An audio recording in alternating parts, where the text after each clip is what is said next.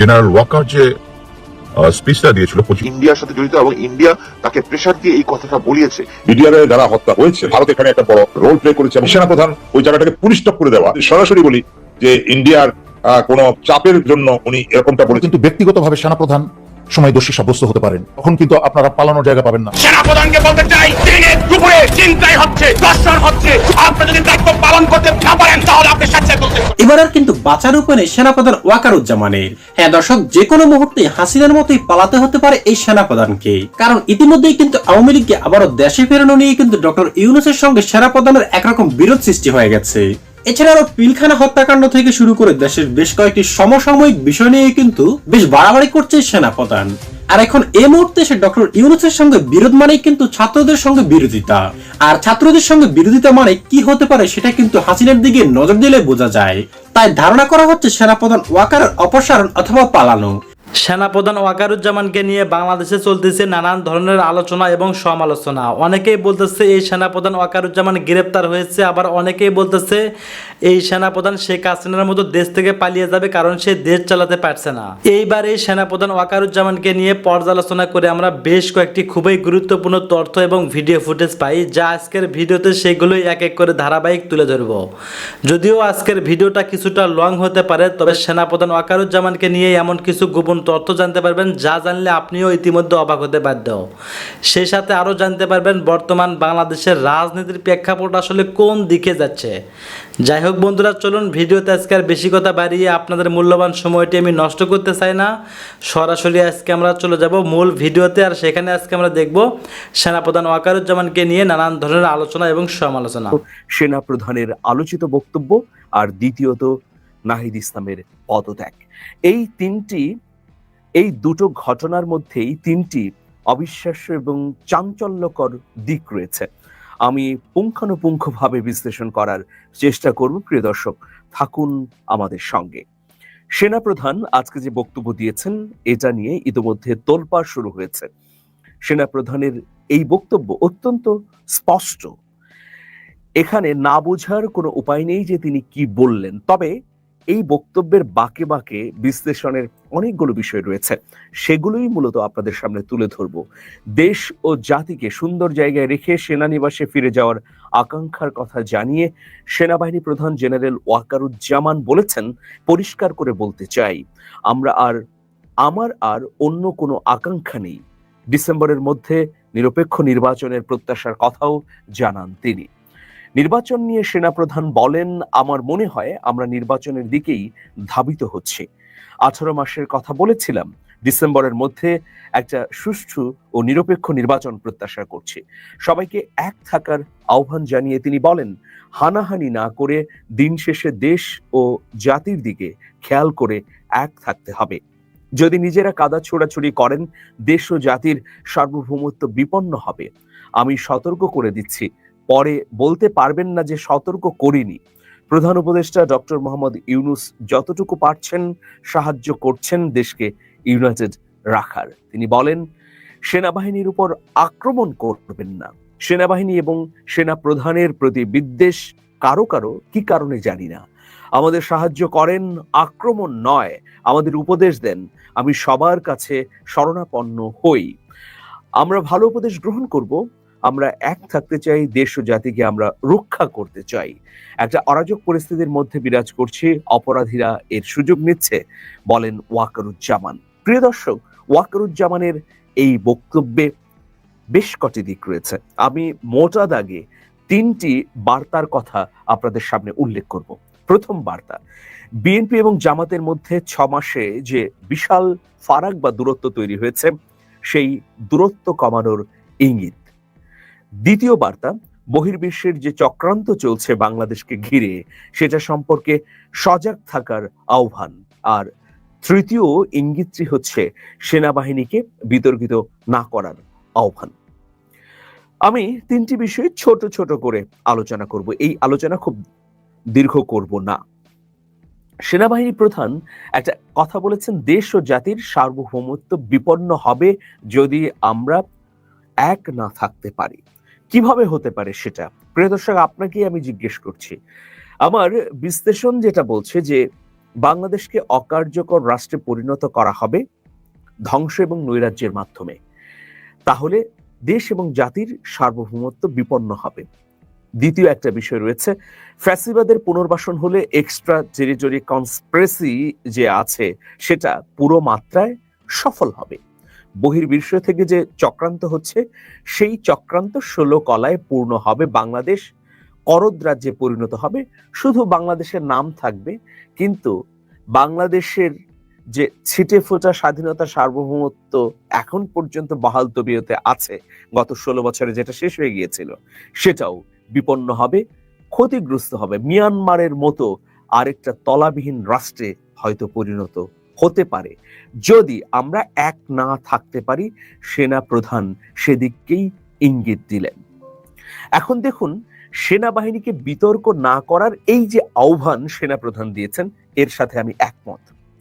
দেখুন, বাংলাদেশের সব শৃঙ্খলা ইনস্টিটিউটগুলো ধ্বংস হয়েছে, পুলিশ ধ্বংস হয়েছে, র্যাব ধ্বংস হয়েছে, বিজেপিকে ধ্বংস করার ষড়যন্ত্র হয়েছে, যেটা আগে বিডিআর ছিল, অন্যান্য বাহিনী বলেন, বিপিএন বলেন, বা আরো যা যা আছে, সবগুলোকে কিন্তু ইতোমধ্যেই ধ্বংস করার জন্য চূড়ান্ত পেরেক মেরে দেওয়া হয়েছে। এখন একটা প্রতিষ্ঠানই রয়েছে, সেটা হচ্ছে সেনাবাহিনী। এখন এই সেনাবাহিনীকে যদি বিতর্কিত করে জনগণের বিরুদ্ধে দাঁড় করিয়ে দেওয়া যায়, তাহলে শেষ পেরেকটুকু ঠুকে দেওয়া যাবে। একটা দেশের স্বাধীনতা সার্বভৌমত্ব শেষ পর্যন্ত কারা রক্ষা করে? সেনাবাহিনী। দেখুন, 1971 সালে সেনাবাহিনী বাংলাদেশের যুদ্ধে মুক্তিযোদ্ধাদের পাশে দাঁড়িয়েছিল, পরিকল্পনা করেছিল এবং পরিচালনা করেছিল বলেই মুক্তিযুদ্ধ সফল হয়েছিল। আবার 90-এর গণ অভ্যুত্থানের কথা বলি, সেই সময় হোসেন মোহাম্মদ এরশাদ সেনাবাহিনীকে সাহায্য করতে বলেছিলেন, কিন্তু সেনাবাহিনী ঘুরে দাঁড়িয়েছিল জনগণের পক্ষে, হোসেন মোহাম্মদ এরশাদকে সমর্থন করেনি বলেই গণ অভ্যুত্থান সফল হয়েছিল। 24-এর কথাই যদি বলি, হ্যাঁ, 24-এর জুলাই এবং আগস্ট আন্দোলনের শুরুর দিকে সেনাবাহিনীর কতিপয় কর্মকর্তা সরাসরি জনগণের বিরুদ্ধে গিয়ে গুলি করেছে এবং জনগণকে আক্রান্ত করেছে, কিন্তু শেষ পর্যন্ত দেখুন, সেনা প্রধান জনগণের পক্ষে অবস্থান নিয়েছেন। তিনি তো এর ব্যতিক্রম করতে পারতেন, সেটা করেননি। শেষ পর্যন্ত সেনাবাহিনী এবং সেনাবাহিনীর সদস্যরা চেয়েছিলেন যে সেনা প্রধান সহ যারা কর্তৃত্বশালী আছেন এই বাহিনীর, তারা জনগণের পক্ষে থাকুক। সেজন্যই সেনাবাহিনী জনগণের পক্ষে থেকেছে, কিন্তু এর ভিন্ন কিছু হতে পারত, সেটা হয়নি। তার মানে আমাদের সেনাবাহিনী সবসময়ই জনগণের পক্ষে থেকেছে, যদি আমরা বিশ্লেষণ করি 53 বছরের ইতিহাসকে। শেষ পর্যন্ত জনগণের পক্ষে থাকার কারণেই এই যে গণ অভ্যুত্থান, সেটি সফলতার মুখ দেখেছে। কিন্তু আমরা যদি আমাদের এই আমানত স্বরূপ ইনস্টিটিউটকে নষ্ট করি, বিতর্কিত করি, তাকে নিয়ে নানা ধরনের সন্দেহ, অবিশ্বাস তৈরি করি, তাহলে দিন শেষে কি হবে? দিন শেষে আমাদেরই ক্ষতি হবে, আমাদের স্বাধীনতা সার্বভৌমত্ব বিঘ্ন হবে, আমাদের এই ইনস্টিটিউট নিয়ে সারা বিশ্বে একটা নেতিবাচক ধারণা ছড়িয়ে যাবে। সেই জন্যে বাংলাদেশের নাগরিকদের উচিত সেনাবাহিনীর পক্ষে থাকা, তাকে বিতর্কিত না করা। এটার মধ্যেই আমাদের একটা ঐক্যবদ্ধতার নবদিগন্ত উন্মোচিত হতে পারে। এখন সেনাপ্রধান যে বললেন দেশ ও জাতির সার্বভৌমত্ব বিপন্ন হবে, কিভাবে বিপন্ন হবে? আরেকটা বিষয় আছে সবার মনের মধ্যে, হয়তো এটা আকুপাকু করছে, সেটা হচ্ছে সেনাবাহিনী তো ক্ষমতা দখলও করতে পারে।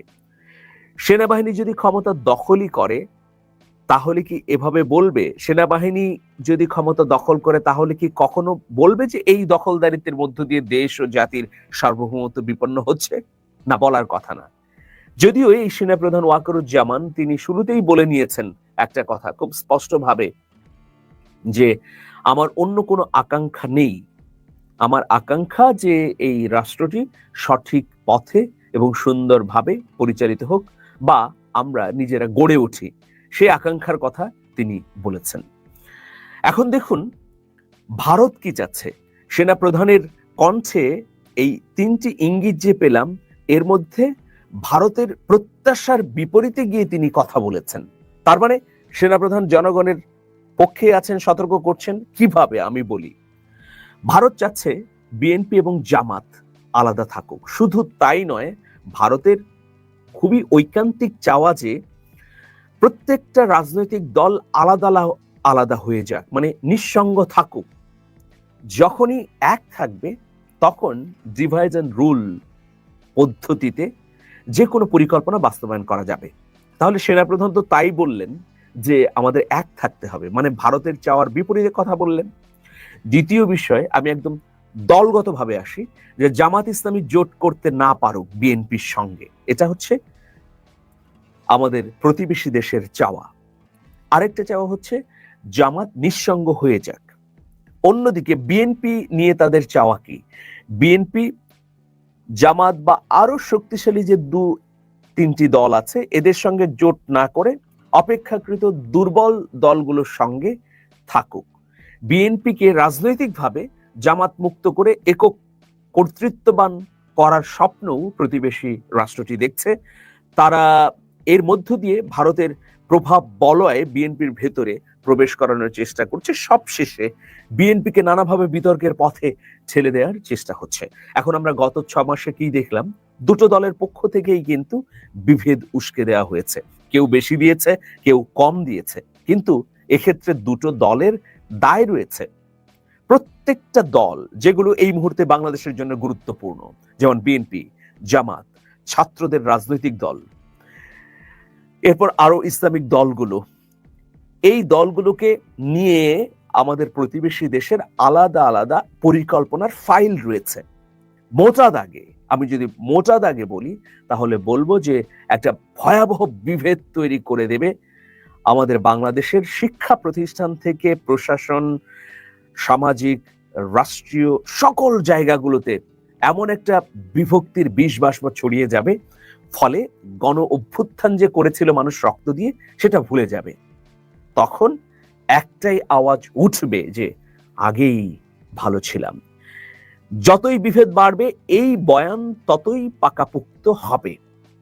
আমাদের প্রতিবেশী রাষ্ট্র বা এক্সট্রা টেরিটরি যে কনস্পিরেসি চলছে, তার মূল তত্ত্বই হচ্ছে এটা। সেনা প্রধান সেই তত্ত্বের বিপরীতে গিয়ে কথা বলেছেন। সুতরাং আমি মনে করছি তার এই বক্তব্যে সততা আছে নিঃসন্দেহে। এখন দেখুন, আজকে আরেকটি ঘটনা ঘটেছে, গুরুত্বপূর্ণ ঘটনা। অন্তর্বর্তী সরকারের উপদেষ্টা নাহিদ ইসলাম, গণ অভ্যুত্থানের অন্যতম সংগঠক, আমরা খালি বলছি যে ছাত্র প্রতিনিধি, এই বলার কারণে মনে হচ্ছে যে এরা আসলে ছাত্রই আছে, এখন ছাত্র থেকেই তারা রাজনৈতিক দল গঠন করছে। আসলে এরা ছাত্র জীবন অনেক আগেই শেষ করেছে, 2-3 বছর আগে। এরা হচ্ছেন গণ অভ্যুত্থানের সংগঠক। যাই হোক, গণ অভ্যুত্থানের সংগঠক নাহিদ ইসলাম, তিনি 2টো মন্ত্রণালয় থেকে পদত্যাগ করেছেন, এখন জনতার কাতারে নেমে এসেছেন। আমি অন্ধভাবে নাহিদ ইসলামের পক্ষ নিচ্ছি না, ইতিহাসকে পর্যালোচনা করেই বলছি। 53 বছরে এমন একজনকে দেখাতে পারবেন যিনি স্বেচ্ছায় মন্ত্রিত্ব ছেড়ে নতুন দল করার জন্য উদ্যোগী হয়েছেন? দেখান উদাহরণ যদি থেকে থাকে। বরং আমরা দেখেছি যে 1975 সালে বাকশাল তৈরি হয়েছে, মানে ক্ষমতায় থেকেই আরেকটি রাজনৈতিক কাঠামো তৈরি করা হয়েছে। শহীদ প্রেসিডেন্ট জিয়াউর রহমান, তিনি আগে ক্ষমতায় গিয়েছেন, পরে দল করেছেন। এরপর আমরা প্রেসিডেন্ট হুসেইন মোহাম্মদ এরশাদকেও দেখেছি যে তিনি ক্ষমতা দখল করেছেন, এরপরে রাজনৈতিক দল গঠন করেছেন। 111-এও বেশ কিছু কিংস পার্টি তৈরি হয়েছিল, এবং আমরা যদি দেখি যে 111-এ মইনু আহমেদের একটা ইচ্ছে ছিল যে তিনি দল গঠন করবেন, বা ওই সময়ে ডক্টর মোহাম্মদ ইউনূসকে প্রস্তাব দেওয়া হয়েছিল, তিনি খানিকটা উদ্যোগী হয়েছিলেন, শেষ পর্যন্ত করেননি। কিন্তু এবার দেখুন যে ক্ষমতায় থেকে তিনি দল গঠন করছেন না, ক্ষমতা থেকে বেরিয়ে গেলেন। কারণ তিনি এই ত্যাগটুকু করলেন যাতে দলটাকে বিতর্ক মুক্ত রাখা যায়। এটা আমি মনে করি যে তার ব্যক্তিগত এবং সামষ্টিক চিন্তার একটা সততা। নাহিদ ইসলামের এটা হচ্ছে একটা বড় ধরনের ইঙ্গিত। হ্যাঁ, এই দল কতটা জন আকাঙ্ক্ষা পূরণ করবে, এই দল আসলে কোনো আসন পাবে কিনা, অনেকেই বলছেন যে ইউপি নির্বাচনে একজন প্রতিনিধি যিনি নির্বাচিত হন, যে ভোট পান সেই ভোটও হয়তো তারা পাবে না। এইসব অনেক ধরনের বিতর্ক থাকতে পারে। পুরাতনপন্থীরা সবসময় বিতর্ক উস্কে দিয়ে নতুনের দিকে আহ্বান রুখে দিতে চান, কিন্তু আমি এইসব বিতর্ককে মাথায় নিয়েই বলছি যে 53 বছরে এই ধরনের কোনো ঘটনা ঘটেছে কিনা আপনারা দেখান, যে স্বেচ্ছায় লাভবান পদ ছেড়ে দিয়ে একটা সংকট, একটা অনিশ্চয়তা, দোলাচলতার মধ্যে ঢুকে যাওয়া। নাহিদ ইসলাম দল করলো আর সেই দল ক্ষমতায় চলে এলো, এটাও তো একটা আকাশকুসুম কল্পনা। মানে অনেকে বলছেন যে মন্ত্রিত্ব ছেড়ে দিয়ে তিনি একটি দলের প্রধান হচ্ছেন, ওই দল আবার ক্ষমতায় চলে আসবে। এইসব ভাবনা অতটা কি সহজ? এটা তো কেবল বিছানায় শুয়ে শুয়ে ভাবনার মতো। দ্বিতীয় যে ইঙ্গিত নাহিদ ইসলামের এই পদত্যাগের মধ্য দিয়ে, যে গণ অভ্যুত্থানের সংগঠকরা যে রাজনৈতিক দল করবে তার রূপটি কি হবে। গণ অভ্যুত্থানের সংগঠক নাহিদ ইসলাম, তিনি সিরিয়াসলি রাজনীতি করবেন, তা কিন্তু এই পদত্যাগের মধ্য দিয়ে তিনি ইঙ্গিত দিলেন। গা ছাড়া ভাবে বা যেন তেন ভাবে নয়, এই পদত্যাগের মধ্য দিয়ে তিনি সে সাহস এবং দৃঢ়তার আভাসী জনগণের সামনে উপস্থাপন করলেন। 3 নম্বর বিষয় হচ্ছে যে তরুণ নেতৃত্ব আগামী দিনের ভবিষ্যৎ। এটা তো আমরা নিশ্চিত করেই বলতে পারি। 3 থেকে 3.5 কোটি এখন ভোটার যারা একেবারেই তরুণ, তো তাদেরকে একদম উড়িয়ে তো আপনি দিতে পারবেন না। এবার ভোটার তালিকায় নিশ্চয়ই এই সংখ্যাটা বাড়বে। এখন নাহিদ ইসলামের বয়স মাত্র 26 বছর, তার সামনে আরো কমপক্ষে 50 বছর পড়ে রয়েছে। যদি আল্লাহ হায়াত দেন তার, আমি একটা গড় আয়ুর হিসেবেই যদি বলি, তো দীর্ঘ সময় তিনি রাজনীতি করতে পারবেন। কিন্তু এই মূল রাজনীতিতে প্রবেশের আগেই তিনি যে অভিজ্ঞতা অর্জন করলেন, এটা নিঃসন্দেহে বিরল। একটা রাজনৈতিক দল গড়ার আগে সেই দলের প্রধান আইকনিক নেতাকে যে ত্যাগ করতে হয়। বাংলাদেশ তো বটেই, বাংলাদেশের সাথে সংশ্লিষ্ট যে সকল রাষ্ট্র রয়েছে, আমেরিকা, পাকিস্তান, চীন এবং ভারত, সেখানকার কূটনৈতিক মহলে রীতিমতো তোলপাড় চলছে। বাংলাদেশে যারা রাজনীতি করেন তাদের সকল হিসাবপত্র একেবারে উল্টে গিয়েছে। যারা ক্ষমতায় আসার জন্য উদগ্র বাসনা নিয়ে গত 7 মাস ধরে যে সকল কর্মকাণ্ড চালাচ্ছিলেন, তাদের অনেকের বাড়া ভাতে রীতিমতো ছাই পড়েছে। যারা এতদিন ধরে হতাশার সাগরে নিমজ্জিত ছিলেন, তারা অনেকেই আশান্বিত হচ্ছেন। এবং আমাদের এই যে চলমান রাজনীতি, সেই রাজনীতির যে ফ্যাক্টর এবং ডিফ্যাক্টরগুলো রয়েছে এই মুহূর্তে, ওনার এই একটি ভাষণের ফলে সবকিছু তোলপাড় হয়ে গিয়েছে। একটা বিশাল শ্রেণীর মানুষ তাকে স্বাগতম জানাচ্ছেন, আহলান ওয়া সাহলান, হে প্রিয়তম, হে অভ্যাগত সম্মানিত অতিথি, আপনাকে স্বাগতম। আরবীয় কায়দায় যখন কোনো মেহমান কারো বাড়িতে আসে, সম্মানিত মেহমান, বুজুর্গায়ে দিন কিংবা পরিবারের একেবারে যিনি শেখ এবং শায়েক, এ ধরনের মানুষকে অভ্যর্থনা জানানোর জন্যে আরব বেদুইনরা, আগে বেদুইন ছিল এবং এখন আরব শেখ যারা রয়েছেন, তারা বাড়ির বাইরে বের হয়ে আসেন মূল ফটকে। তারপর অতিথিকে জড়িয়ে ধরেন, চুম্বন করেন, আর তার আগে সবাই সম্মিলিত কণ্ঠে বলে ওঠেন, আহলান ওয়া সাহলান। বাংলায় আমরা সাধারণত যেটিকে বলি স্বাগতম, এবং ইংরেজিতে বলি welcome, you are most welcome.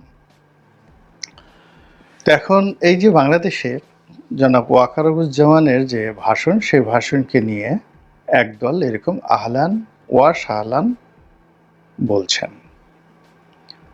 অন্য গ্রুপ, সঙ্গত কারণে রাজনীতিতে গ্রুপ থাকে, এক গ্রুপ সমর্থন করলে প্রতিপক্ষ গালাগালি করবেই। তো যারা স্বাগত জানাচ্ছেন, কারা জানাচ্ছেন সেটা পরে বলবো।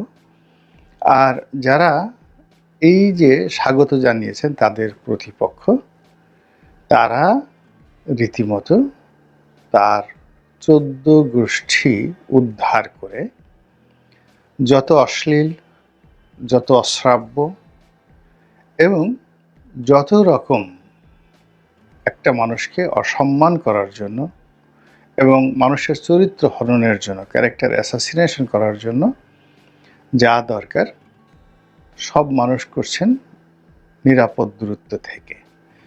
বিশেষ করে দেশের বাইরে যে সকল বাঙালি বসবাস করছেন, যারা সামাজিক মাধ্যমে বেশ সক্রিয়, তাদের একটা অংশ যেভাবে হালান সালান জানাচ্ছেন, আর অপর অংশটি একেবারে তুই তুকারি করে, যা মানে রাস্তার যাকে বলা হয় বস্তির মানুষদেরকে যেভাবে গালাগাল করে অন্য বস্তির মানুষ, কিংবা দেখা গেল যে বস্তির মহিলারা বা পুরুষরা আপনি দেখবেন খুবই নিম্ন বর্ণের মানুষ, ডোম, চান্ডাল, মেথর। তো তাদের যদি ঝগড়াঝাটি আপনি দেখে থাকেন, তারা ঝগড়া করার আগে মদ খেয়ে নেয়, আচ্ছা মতো মদ খেয়ে নেয়।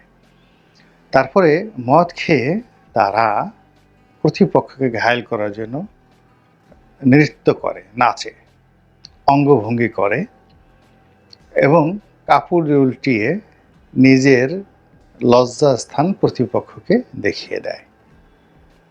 তো এরকম আপনি ভিডিওতে অনেকগুলো ফুটেজ বাংলাদেশের, দেশের বাইরের আপনি দেখতে পাবেন।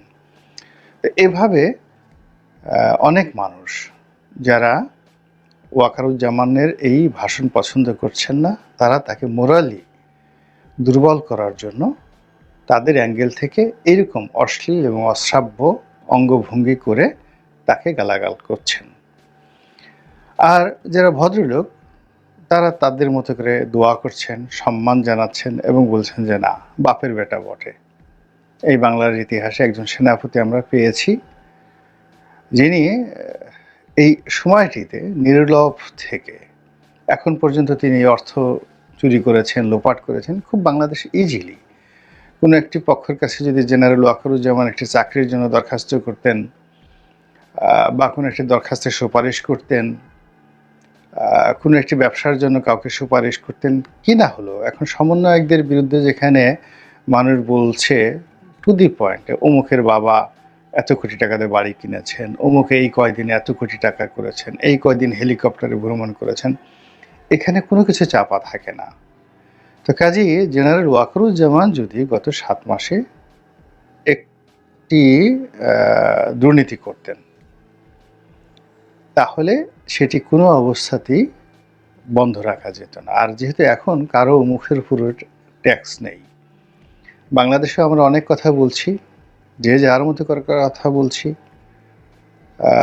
অবাধ স্বাধীনতা পেয়ে আমরা উল্লঙ্ঘন করছি, কথা বলছি, বেয়াদবি করছি, তারপর সমাজে অস্থিরতা তৈরি করছি, চুরি ডাকাতি, রাহাজানে ছিনতাই থেকে শুরু করে আমরা অনেক অপকর্ম যেভাবে হচ্ছে, একই সঙ্গে ওয়াজ মাহফিল থেকে শুরু করে তসবিহ তাহলিল, মাজার ভাঙা থেকে শুরু করে যার ভিতরে যত মেধার যোগ্যতা আছে সবগুলো সবাই উদ্গীরণ করছেন। এবং সেই মেধার যোগ্যতার কবলে পড়ে জেনারেল ওয়াকারুজ্জামানের যে ব্যক্তিগত জীবন, সেখানে যদি নারী থাকতো, সেখানে যদি কলঙ্ক থাকতো, তার পরিবারে যদি কেউ রাজাকার থাকতো, আলবদর থাকতো, আর শামস থাকতো, তার যদি আর্থিক দুর্নীতি থাকতো, বেনজিরের মতো টাকা থাকতো, কিংবা গার্লফ্রেন্ড থাকতো, এতদিন সব মানে তার প্রতিপক্ষ যারা রয়েছেন তছনছ করে ছেড়ে দিত এই ভদ্রলোককে।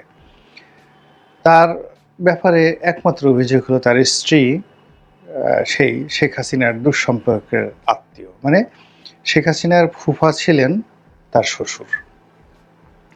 তো সেই সুবাদে শেখ হাসিনার সঙ্গে তার আত্মীয়তা, তো সেই আত্মীয়তার বন্ধনে মুগ্ধ হয়ে তিনি এখনো পর্যন্ত শেখ হাসিনার জন্য একটি সিঙ্গেল কাজ করেছেন এরকম নজির দেখা যায়নি। বরং তিনি যে সাহস নিয়ে, নর্মালি বোঝার চেষ্টা করুন যে শেখ হাসিনার ব্যক্তিত্ব আর জেনারেল ওয়াকারুজ্জামানের যে বয়স এবং ক্যারিয়ার, সেখানে আসলে তিনি সেনাপ্রধান হলেও তার সামনে গিয়ে দাঁড়ানো কিন্তু এত সোজা বিষয় নয়। শেখ হাসিনা কিংবা শেখ খালেদা জিয়া, বেগম খালেদা জিয়া দুজনই বাংলাদেশের রাজনীতিতে এরকম একটা পরিবেশ পরিস্থিতি তৈরি করে ফেলেছেন যে তাদের কাছে গেলেই আপনাকে এক ধরনের সম্মান প্রদর্শন করতে হবে অন্তরস্থল থেকে, অথবা তাদের আশেপাশে এরকম একটা পরিবেশ পরিস্থিতি থাকে আপনি সম্মান প্রদর্শন করতে বাধ্য। ২ নম্বর হলো আত্মীয় পরিজন হলে তো আরও সিরিয়াস অবস্থা। তাদের সামনে কথা বলাটাই ওই ধরনের নৈতিক সাহস হয় না, সাধারণত কারোর হয় না। তো সেক্ষেত্রে শেখ হাসিনার জামানাতে তিনি সেনাপ্রধান হয়েছেন। শেখ হাসিনা তার আত্মীয় এবং বংশের মুরব্বী। তো তার মতো মানুষের সামনে গিয়ে চোখ উল্টিয়ে কথা বলা যে আপনাকে চলে যেতে হবে, ক্ষমতা ত্যাগ করতে হবে, পদত্যাগ করতে হবে এবং হাতে সময় মাত্র ৪৫ মিনিট, এরপর আমি আপনাকে কিছু করতে পারবো না। আরও অন্যান্য যে সকল কথাবার্তা আসছে সেখানে মানে তাকে গুলি করে মেরে ফেলা হবে বা মধ্যে শেখ রেহানা দাঁড়িয়ে গেছেন, এই সকল কথা তিনি কখনো বলেননি, কিন্তু এগুলো প্রকাশিত হয়ে গেছে।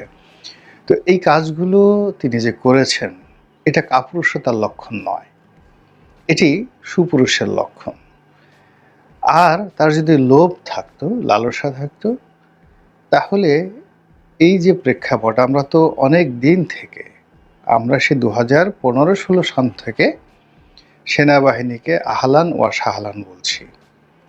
সেনা শাসনের জন্য আমরা আল্লাহর দরবারে মোনাজাত করেছি বাংলাদেশের সেনাবাহিনীর শাসন আসুক। এমনকি বিএনপির, জামাতের যারা লোকজন রয়েছে, তারা, তাবলিগের যারা লোক রয়েছে, তারা তো চিল্লার পর চিল্লা দিয়েছে যে শেখ হাসিনার পতন হোক, আল্লাহ তাকে জান্নাতবাসী করুক, আর সেনাবাহিনীর শাসন আসুক, দরকার হলে 5 বছর 10 বছর সেনা শাসন চলুক। এইভাবে তো 10টি বছর ধরে একটা জনমত তৈরি হয়েছিল। তো সেরকম একটা পরিস্থিতিতে জেনারেল ওয়াকারুজ্জামান না হয়ে যদি ওখানে সেনাবাহিনীর একজন ক্যাপ্টেন হতেন, একজন মেজর হতেন, তাকেই কিন্তু দেশবাসী মাথায় করে নাচত।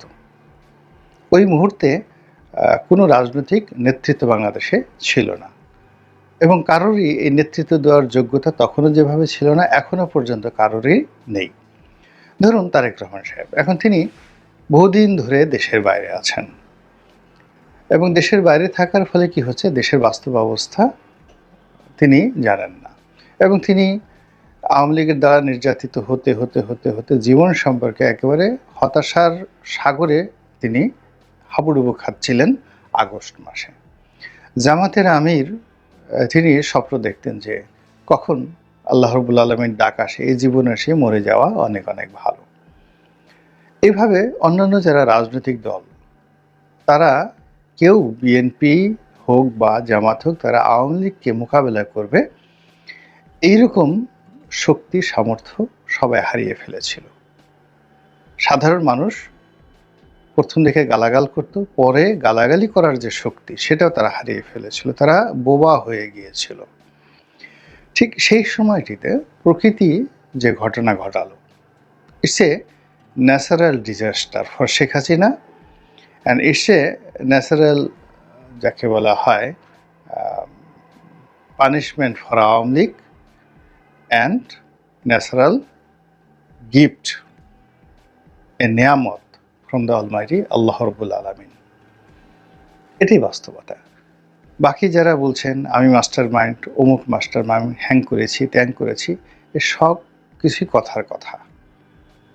এর কারণ হলো আমরা যারা এই বাংলাদেশে রাজনীতি করছি, সমস্ত কিছু উল্টো স্রোতে, সেই 2009 থেকে আজ অবধি উল্টো স্রোতে চলে আসছি। তো যার জন্য আমরা অনেক কিছু ক্লেম করি না, কোনো কিছু ক্লেম করার আমাদের দরকার হয় না, কিন্তু এই সমাজে ঘটে যাচ্ছে এরকম কোনো ঘটনা আমাদের দৃষ্টি এড়ায় না। যেহেতু কথা বলে আসছি, যদি ওইরকম কোনো মহাবীরকে দেখতাম তাহলে তার প্রশংসা করতাম, কিন্তু আগস্ট মাসের 3 তারিখে 4 তারিখ পর্যন্ত কোনো মহাবীর ছিল না, বরং মহাবীর আওয়ামী লীগের মধ্যে ছিল। আওয়ামী লীগের অনেক লোক আগস্ট মাসের নয়, জুলাই মাসের শেষ সপ্তাহ থেকে যারা জীবনে কখনো শেখ হাসিনার মুখের উপর কথা বলেননি, তারা দলে দলে গিয়ে শেখ হাসিনার সামনে গিয়ে বলেছেন যে, কেউ বলেছেন ইউনূস সাহেবের সঙ্গে নেগোসিয়েশন করেন, কেউ বলেন ছাত্রদের দাবি মেনে নেন, কেউ বলছেন আপনি পদত্যাগ করেন। এই সকল কথাবার্তা আওয়ামী লীগের মধ্যে হয়েছে। আপনি দেখেন পলকিত বলেছে যে সেই কথা বলছে এবং বলার কারণে তাকে থাপ্পড় দিয়েছে ওবায়দুল কাদের, গালের উপর থাপ্পড় বসিয়ে দিয়েছে। আবার কেউ বলার চেষ্টা করছে শেখ হাসিনাকে মাইনাস করে সেখানে শেখ রেহানাকে বসানোর জন্য আওয়ামী লীগের মধ্যে একটা গ্রুপিং চলছিল এবং সবাই মনে করেছিল যে এই যে আন্দোলন যা কিছু হচ্ছে এর সঙ্গে হয়তো আওয়ামী লীগের একটা ইন্টারনাল স্বার্থ জড়িত আছে। মানুষ বুঝতে পারছিল না, নো ওয়ান। কিন্তু শেষ মুহূর্তে বিএনপির কোনো লোক কথা বলেনি, কিন্তু আওয়ামী লীগের লোকজন কিন্তু কথা বলেছে। তো ওইটি অবস্থাতে শেখ হাসিনার সামনে দাঁড়িয়ে জেনারেল ওয়াকারুজ্জামান যে কথাগুলো বলেছেন, আমরা যদি তার প্রশংসা না করি তাহলে আমাদের সকলের গুনাহ হবে, আর আমরা যদি তার এই যে আত্মত্যাগ এবং তার সাহস, তার শক্তি, এগুলোকে তুচ্ছ এবং তাচ্ছিল্য করি, এটিকে অনেকটা বাঘের লেজ দিয়ে কান চুলকানোর মতো অবস্থা হবে। কোন ফাঁকে যে কার গালের উপর সে বাঘের থাবার সবল পড়বে টেরই পাবে না।